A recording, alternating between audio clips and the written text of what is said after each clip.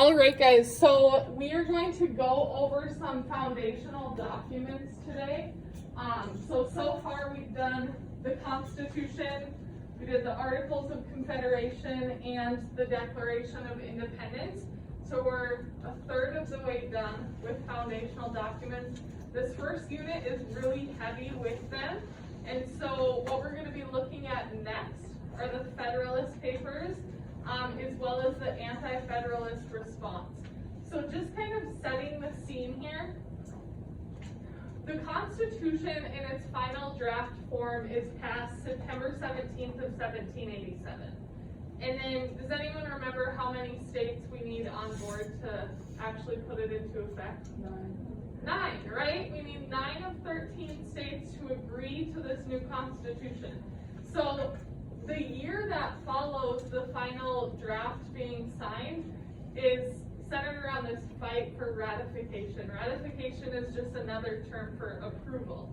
So there's some states that go ahead and they ratify it right away, and there's other states like New York and Virginia that have long drawn out fights about whether or not this new Constitution is the best thing for this new country, right?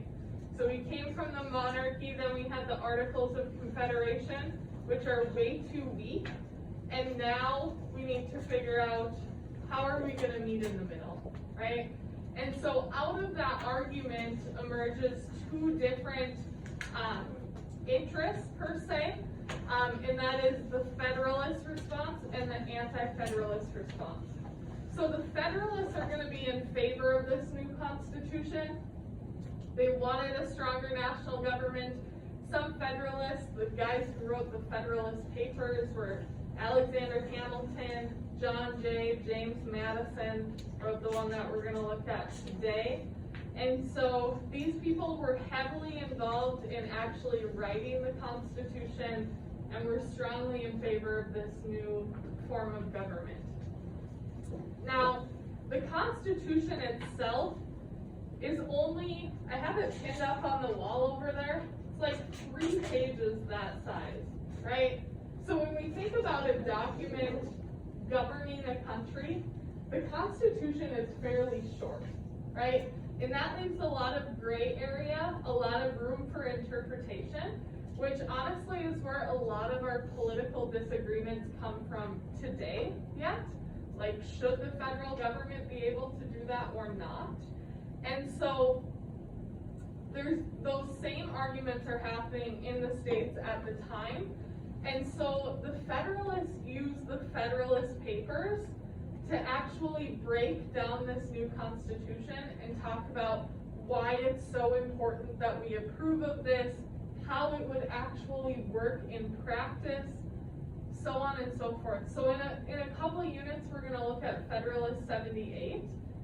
And if you guys recall, judicial review does not exist in the Constitution. It is not written in the Constitution anywhere as a check on the legislative or executive branches. However, we know Marbury versus Madison, which you guys did in your Chapter 2 activities, makes judicial review the precedent. However, they didn't just dream that up. Like, the court didn't just dream that up when Marbury came to the court. That was something that Hamilton wrote about in Fed 78. So they used these papers to kind of lay out what's this actually going to look like, okay? Now the other thing is the Federalists were really trying to appeal to people that were really in a good place in the society at the time, people that were well off, that were wealthy, that were property owners, that were educated. That's really their audience. That's who they're appealing to. So we're just going to read excerpts from Fed 10 today. This is about 2 pages long. I have had students read the entire document in the past. It is like 12 pages long, and a lot of just language that is way over anyone's head, right? Especially when we put it in the context of 1787, where most people didn't have more than like a grade school education, right? So this is the one we're gonna look at in class today. For homework, you guys are going to read Brutus 1, which is the anti-federalist response. Now the Federalists go on to write like 70 plus essays published in these like journals throughout the states. Brutus, they don't have that many responses, but Brutus 1 is like the main one, and they reply to a number of the different arguments that the Federalists bring up throughout the Federalist Papers.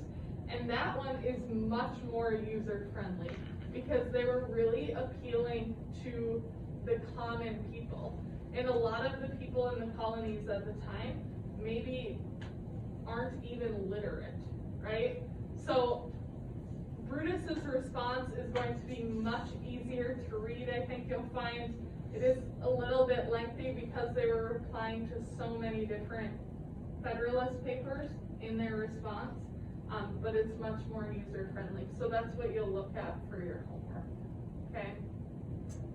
So we're going to get started on Fed 10 here, and each of the different documents is set up a little bit differently. So for Brutus 1, you'll just be like summarizing in the margins, picking out the main idea in each paragraph. For this one, we're going to use kind of this Cornell style template. So we will start at the top here, and you guys can just follow along, annotate with me. I'll pause and have you guys answer some questions as we go through. So, to the people of the state of New York, one more thing with that, okay? New York and Virginia are not in the first 9 states to ratify. Okay, so 9 states approve of the Constitution, and Virginia and New York still are not on board. Okay, so this fight is really strong in New York and Virginia. That's why he's writing to the people of New York in Fed 10, because they want to get this passed. Now, why do we care about New York and Virginia at the time if we really don't need them for ratification? They're the most populated states, right? So we're not actually going to put this Constitution into effect until we get those 2 states on board, because we know regardless if we have 9 states on board or not, if we don't have New York and Virginia, we don't have a majority of the people that are living in the states at the time. And if you don't have the majority of the people, this is just bound to fail, right? So, among the numerous advantages promised by a well-constructed union, none deserves to be more accurately developed than its tendency to break and control the violence of faction. So Madison starts out talking about the numerous advantages of a well-constructed union.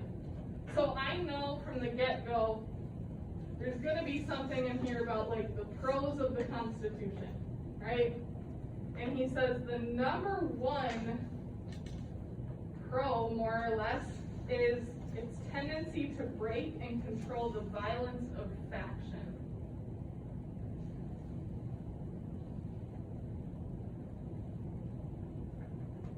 Can someone, or does anyone know off the top of their head what a faction is? It's like a group of people, like a subset. Absolutely. Yes, a faction is a group of people. Now we're going to expand on that definition in a little bit here, but I could start my definition.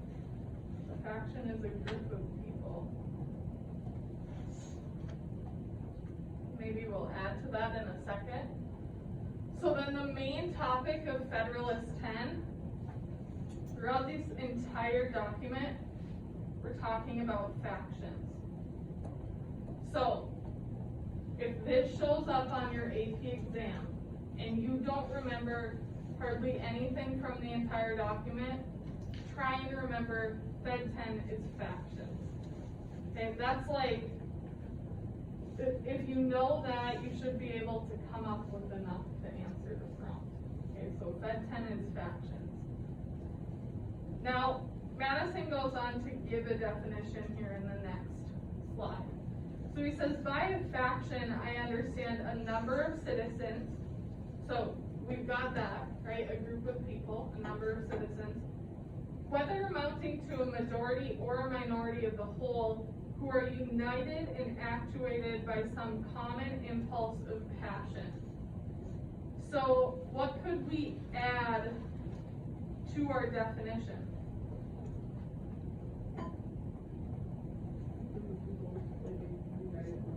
With a united belief or a united passion or whatever term you want to use for that, right?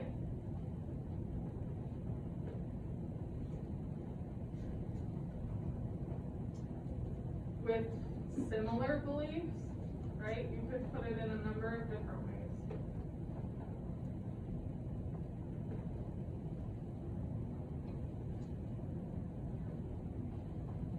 Now he goes on to say, so impulsive passion or of interest, adverse to the rights of other citizens, or to the permanent and aggregate interests of the community. So far, he's called factions violent, right? And he's also said that they are adverse to the rights of other citizens and adverse to the aggregate interests of the community. In other words, the interests of the community as a whole, right? So how's Madison feel about factions right now? Are they good or bad? He's going to argue that they're mostly bad, right? Really quickly, just based on the definition we have here, group of people with similar beliefs. Talk to the person next to you. What are some examples of factions today? Go ahead.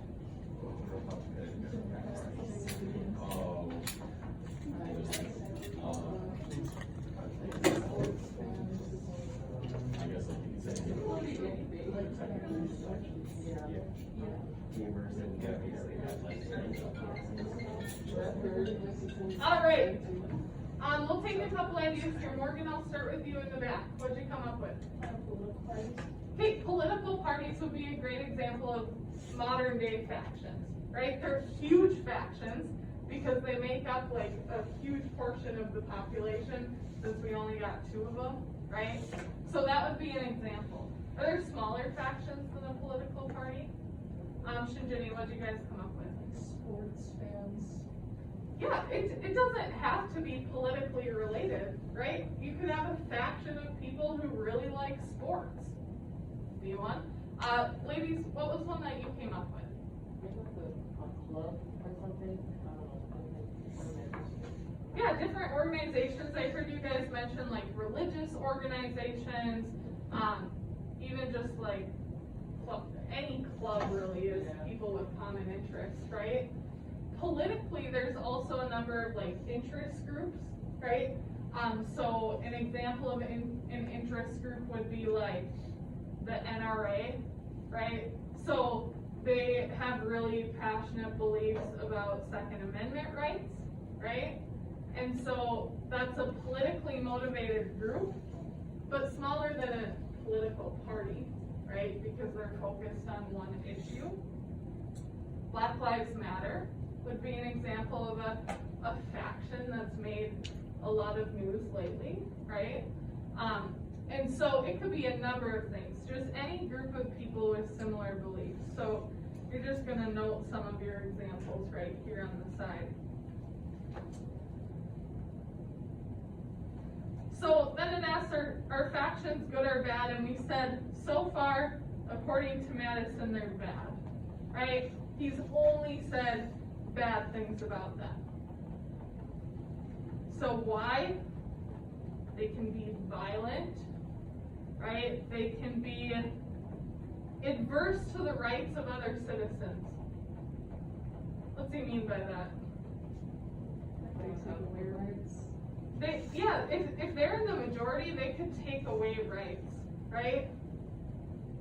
So that's why we're going to build in protections for the minority eventually, because we know that sometimes there will be a faction that is a majority, and there have been times in history where the people that are in the majority, like, are in the wrong, right? Like 100 years ago, the KKK is made up of like a large majority of Americans, right? We know now, like people were in the wrong in being part of that, right? And so you can say they're adverse to the rights of other citizens, adverse to the interests of the community. That's about all we know in terms of how he feels about factions at this point. So, what are we going to do about it? These next couple paragraphs, he proposes some options. So, there are two methods of curing the mischiefs of faction. The one, by removing its causes, and the other, by controlling its effects. So, either we get rid of what creates a faction, or we figure out how to keep factions in check. So there are, again, two methods of removing the causes. So we're going to start with removing the causes here, right? The one is by destroying liberty, which is essential to its existence.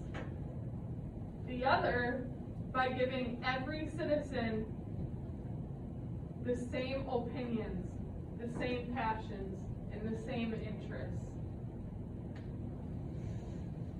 Do either of those options sound reasonable to you guys? No. Okay. And Madison is going to argue that is not the case, right? These are not reasonable solutions. So he's going to go off of the first one, which is destruction of liberty. So it could never be more truly said than of the first remedy that it is worse than the disease, right? So what he's saying here is destroying liberty is worse than having factions.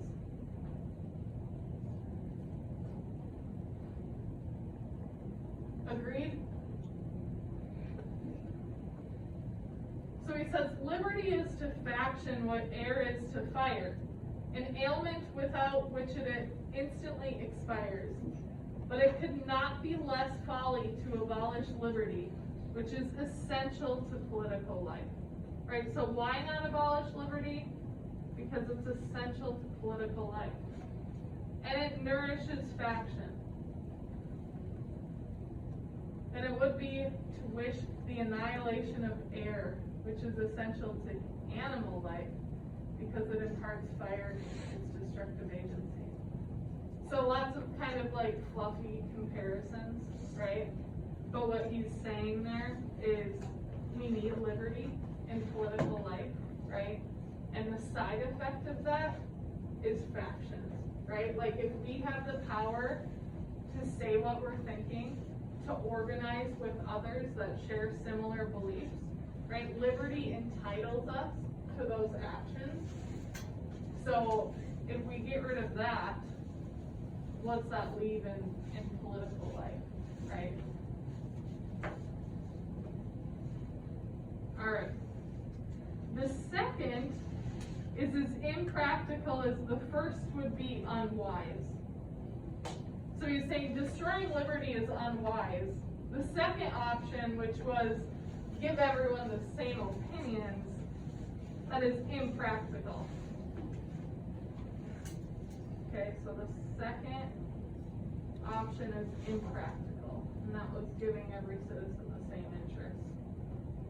As long as the reason of man continues fallible, he is at liberty to exercise it, and different opinions will be formed. Right, so as long as man is reasonable, we will have different opinions. Have there been societies in the past or political organizations in the past that have tried to push a similar belief on an entire nation or society? Yeah, right? Like most dictators try and push some sort of belief on their people. They destroy liberty in the process, right? So we think, like, looking back, like how did Hitler make all of these Germans think that Jewish people were bad and needed to be like taken care of, killed, right? How'd that happen? Right? That wasn't reasonable. And so he's saying as long as man is reasonable, and they have the freedom to exercise liberty, they will have different opinions. That's a natural effect, right? So, there's two reasons we'll always have factions.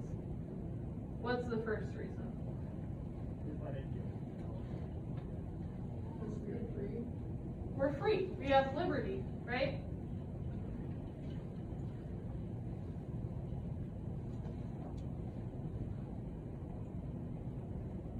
People always disagree, or will always disagree. Yeah, it's natural for us to disagree, to have different opinions, right? So that's within like the nature of man.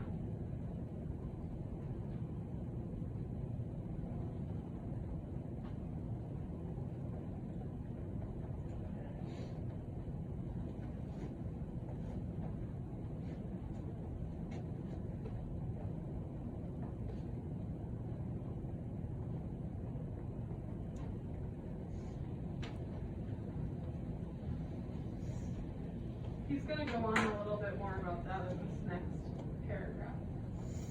So he says, the latent causes of faction are thus sown into the nature of man. Right? We can't fix the causes because they're just natural to us, right? And we see them everywhere brought into different degrees of activity, according to the different circumstances of civil society. A zeal for differing opinions concerning religion, concerning government, and many other points have divided mankind into parties, inflamed them with mutual animosity, and rendered them much more disposed to vex and oppress each other than to cooperate for their common good. So first, I know this, we have a zeal for differing opinions, right? So we have an excitement, right? We have a passion for our opinions. And that passion makes us much more likely to be divided into parties, to have mutual animosity, and we are going to be disposed to vex and oppress each other. Right? So thinking about like modern political life. When I watched the vice presidential debate last week, right? And what do? They harp on each other, right? The Republicans blame the Democrats for everything, and the Democrats blame the Republicans for everything, right? So we are likely to just like have a conflict with the people that oppose us, right? That's kind of human nature. Like, you're not with me on this, what's wrong with you, right? You're the problem. So we are likely to do that, and what we fail to do then is to cooperate for the common good. Also true to some degree in modern day politics. Republicans and Democrats in Congress are harping on each other, blaming each other for every problem that we have, but can't seem to compromise. That'll happen, right? So we think that this like party polarization and this polarization that we have in politics today is a new thing, but it's a concern dating back to like the founding of this country, right? So strong is this propensity of mankind to fall into mutual animosities that where no substantial occasion presents itself, the most frivolous and fanciful distinctions have been sufficient to kindle their unfriendly passions and excite their most violent conflicts. So do our disagreements have to be big? No, they can be frivolous, right? We can fight over stupid things, okay? The most common and durable source of factions has been the various and unequal distribution of property. Those who hold and those who are without property have ever formed distinct interests in society.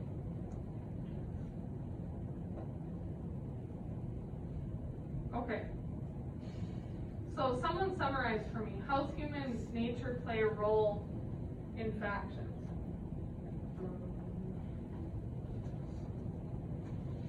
Based on our opinions leads Yeah. us into our practice. Yeah, so we have our own opinions, we group ourselves to oppose the others, right? The people who are against us. So we just have this tendency to kind of group up and oppose. He uses the word oppressors, right? But oppose the other side.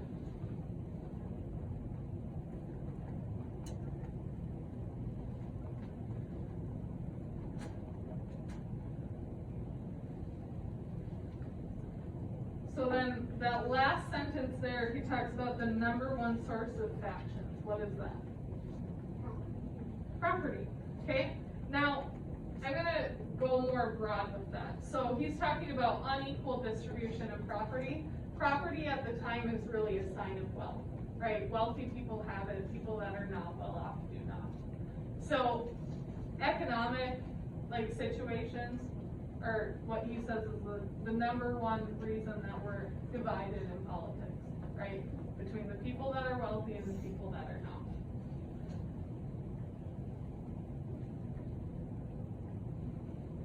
So we could even just say like unequal distribution of wealth.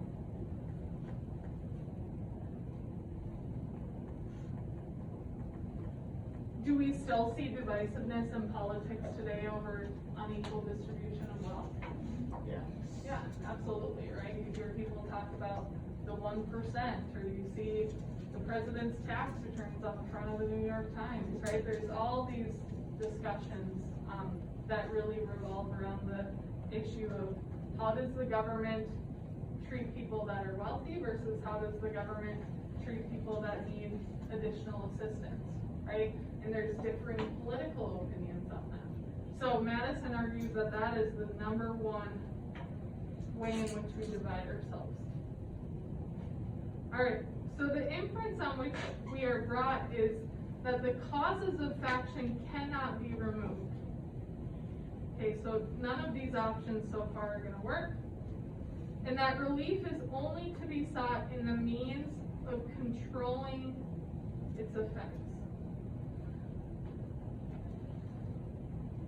So relief comes from controlling its effects. So by what means is this object attainable?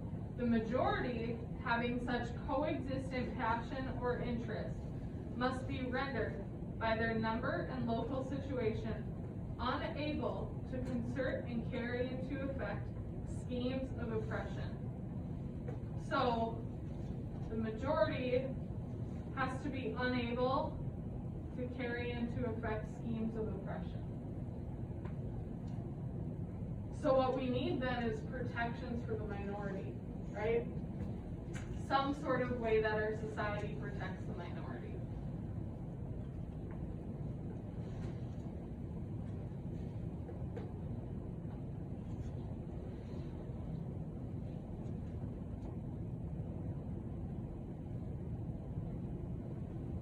Okay, now what would the Anti-Federalists say about that? What are their protections for the minority? What do they want? I don't know if I covered this. They're gonna want a Bill of Rights, right? So an Anti-Federalist would say that the way we protect the minority is by adding a Bill of Rights, okay? The Federalists argue we don't need that. Because the Federalists say we set up a limited government. And a limited government should be bound to the words of the Constitution. If it doesn't say it in the Constitution, the government can't do it. That's what the Federalists say. So they say, why should we include a Bill of Rights that says the government can't limit our freedom of speech if we never said the government could do that in the first place? Right, so they actually said, like, the Bill of Rights is implying that the government can do more than what's in the Constitution. Now, it's of concern to them because you guys had that question on your quiz about whether or not they're bound to what's in the Constitution. And some of you said yes, because the 10th Amendment gives powers to the state, reserves powers to the state, and that's certainly true. But the other half of you said there's a necessary and proper clause that says they can do more than what's in the Constitution, right? So the anti-federalists recognize that there's some discrepancy here. And so they're gonna call for a Bill of Rights as their protections for the minority. Madison says the way we protect the minority is a republic. A republic, by which I mean a government in which the scheme of representation takes place, opens a different prospect and promises the cure for which we are seeking. So the solution to factions is a republic. So over here, does Madison believe that factions can be best controlled by direct democracies or republics? Say a republic, right?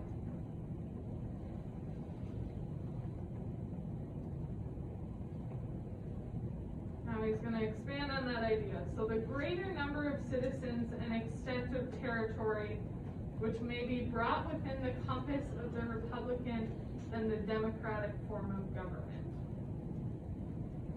So, do we want a small republic or a large republic?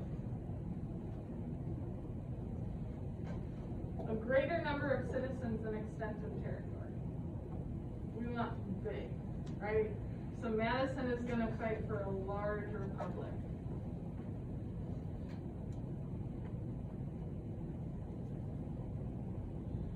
It is this circumstance principally which renders factious combinations less to be dreaded by the former than the latter. So somehow a large republic is going to protect us from the violence of factions. Okay? The smaller the society, the fewer probably will be the distinct parties and interests composing. So in a small republic, we have fewer factions, right? The fewer the distinct parties and interests, the more frequently a majority will be found of the same party. And the smaller the number of individuals composing a majority, the smaller the compass within their place, the more easily they will concert and execute their plans of oppression. So the problem with a small republic is you have less variety of viewpoints, so you're more likely to have a majority that can hurt the minority. So now he says extend the sphere.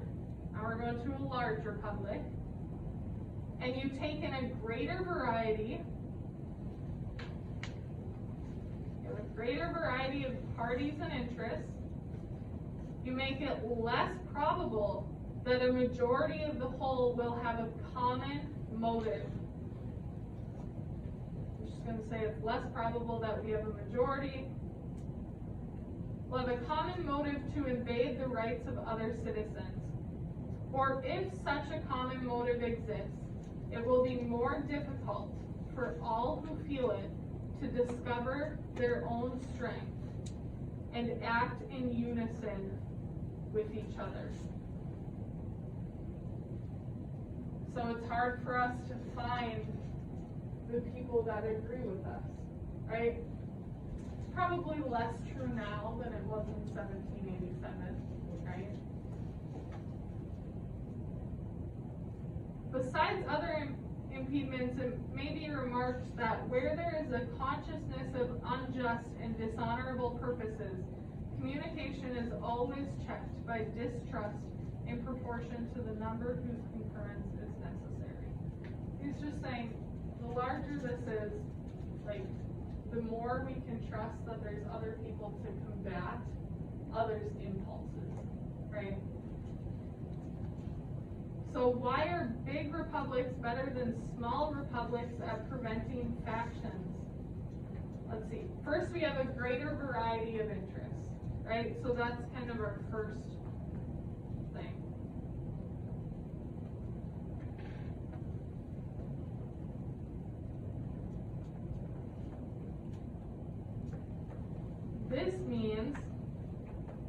we're less likely to have a majority, right?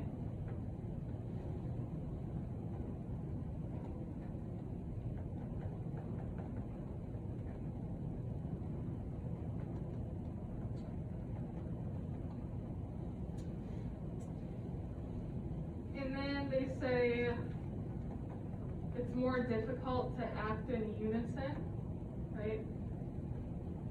More difficult for minority or majority, sorry.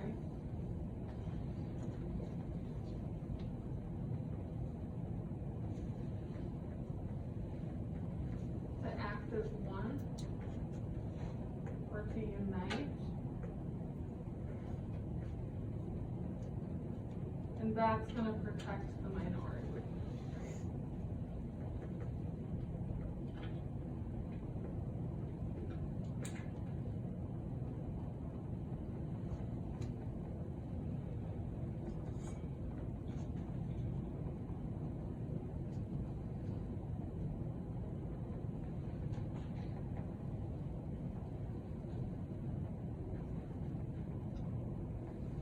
Alright, then we have the influence of factious leaders may kindle a flame within their particular states.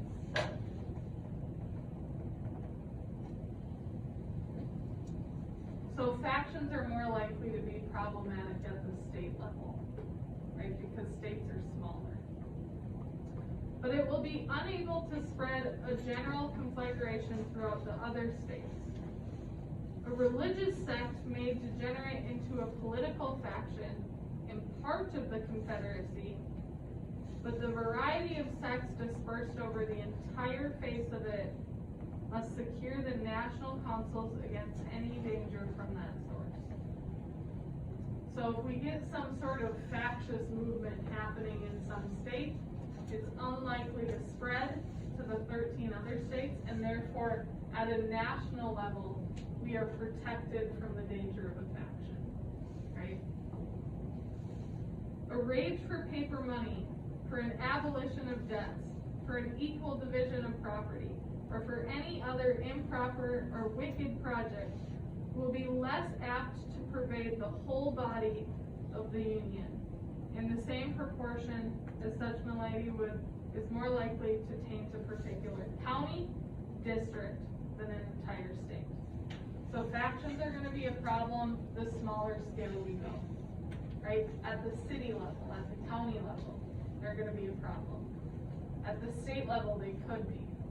But the national government is just too big, right, to be impacted.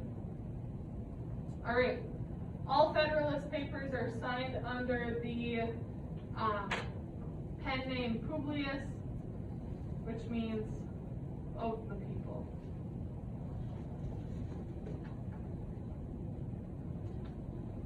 The Anti-Federalists signed theirs, Brutus. Anyone know what that's a reference to? Yeah, exactly. Overthrow of the Roman Republic, right? Okay, any questions on Fed 10? So if you're gonna remember one thing from Fed 10, what is it? Factions, okay, perfect. Okay, so going back to Schoology here. Just gonna go through your assignments for the next couple of days here.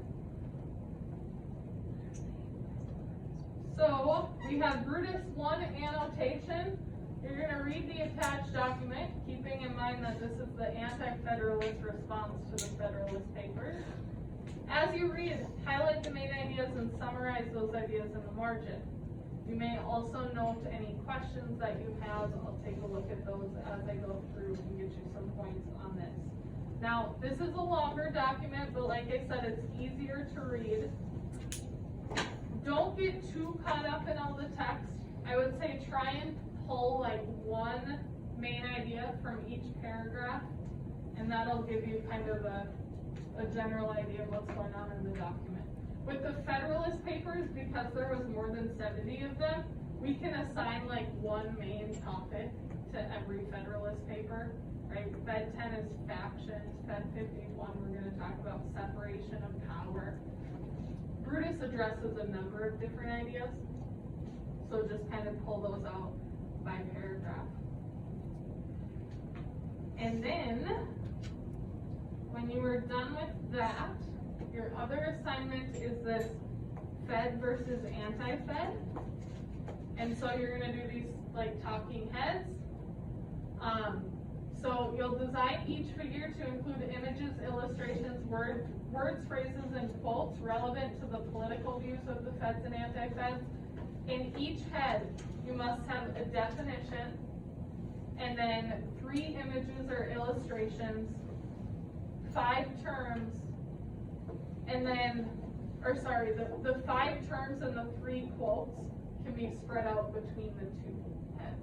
So for the 5 terms and the 3 quotes, that's just across the board, okay? So your quotes need to come from Fed 10 or Brutus 1. I'll show you my example. I did this last year after we had already done Fed 51, so I included that with mine. But I have a few different quotes throughout, some different images, right? In the bottom there, we have a definition, so you can just kind of be creative with it. With mine, I just uploaded, you can upload this image as a background in Sketches. So if you want to use the Sketches school app, that's what I use to do mine. Otherwise, you can just mark it up in OneDrive, just like we did with the Fed paper right now. Sound good? Okay.